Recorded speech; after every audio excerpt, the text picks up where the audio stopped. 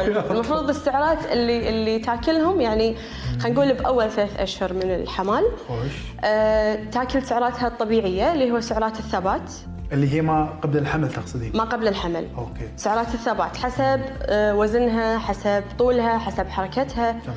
تقريبا خلينا نقول افرج البنت الكويتيه. اوكي. عجبتني افرج بنت الكويتيه. اي افرج البنت الكويتيه. خلينا ناخذ ساره، خلينا نقول ساره مثلا. ساره. السبيتشا، تحب اسم سبيتشا؟ يلا سبيتشا. خلينا نقول سبيتشا وزنها 65.